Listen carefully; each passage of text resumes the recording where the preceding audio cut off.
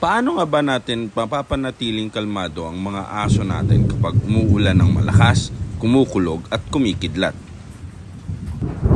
Kaya mga tropa pips, ang lakas ng kulog, ng kidlat at ito ang mga aso natin. Ayan, si Pablo, si Tanglaw, tapos nandyan din si Nene, si Ponpon. Ayan, si Pating medyo nasa ilalim pa ng kama pero mapapansin nyo, kalmado lang sila. Ayan, lumabas na si Pasing. Nag-inat-inat pa. Hindi ibig sabihin porkit nakatambay siya doon kanina ay natatakot siya. Totoo lang, kalmadong-kalmado sila na nag-observe ng ulan, ng kulog, ng kidlat, and walang nagpapanik. Madalas kasi yung mga dog owners, sila pa yung unang nagpapanik kesa dun sa mga aso nila. Kaya naman, mas lalong natatakot ang mga aso nila kesa kumalma. What's up mga tropa waves? What's up sa inyong lahat? Medyo maingay, lakas ng ulan at kumukulog, kumikidlat, and papakita lang namin sa inyo kung ano yung ginagawa namin kapag may kulog, may kidlat, and maingay para hindi sila matakot. So ayan mga tropa pips, minute ko na yung audio kasi talagang sobrang ingay, kaya naman voice over ko na lang and i-explain ko sa inyo kung ano ang ginagawa namin. Makikita nyo dito si Nene nangungulit pa pero pinapabalik ko siya dun sa folding bed. Ang ginagawa ko dito, gusto ko na lahat sila nasa folding bed tapos inuutusan ko silang mag-focus sa akin and nire-reward ko ng treats ni Tatang kung sino yung mas kalmado. And mapapansin naman natin na kalmado sila lahat, medyo excited pa nga si Nene pero dahil dito mas nagfo-focus yung mga aso natin sa akin kesa dun sa ingay ng kulog, ng kidlat at ng ulan.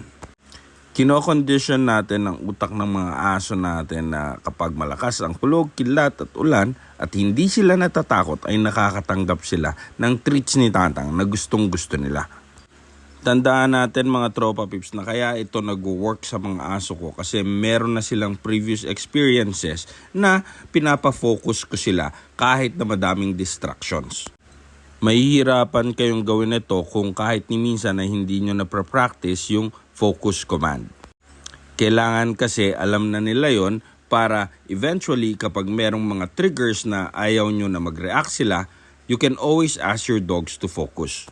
Additional thing na ginagawa ko ay pinapa-shake hands ko sila para mas engage yung utak nila sa akin kesa dun sa mga possible na katakutan nila.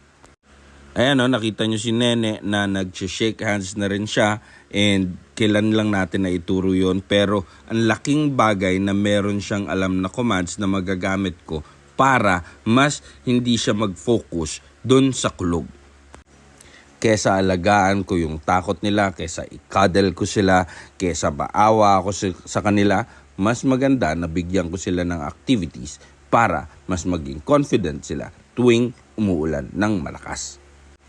Ayan o, kitang-kita nyo, engage na engage sila sa pag-shake hands, talagang nakafocus sila sa akin dahil yan sa treats ni Tatang.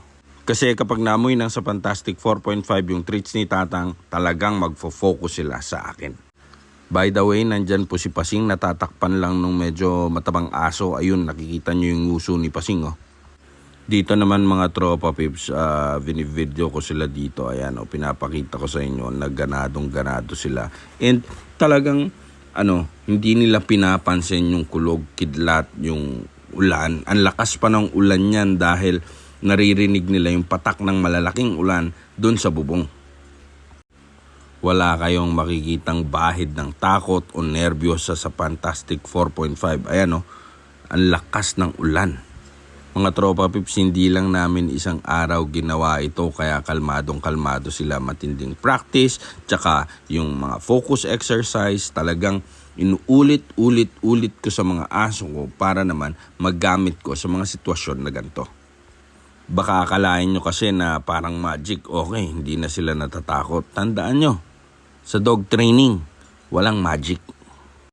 So ayan, patapos na yung exercise namin and training namin. Kunan natin sila ng isang wide shot na kitang-kita nyo yung mukha nila. Ang sasaya habang sa background kahit sobrang lakas ng ulan. Ang pogi nung nasa gitna walang leeg.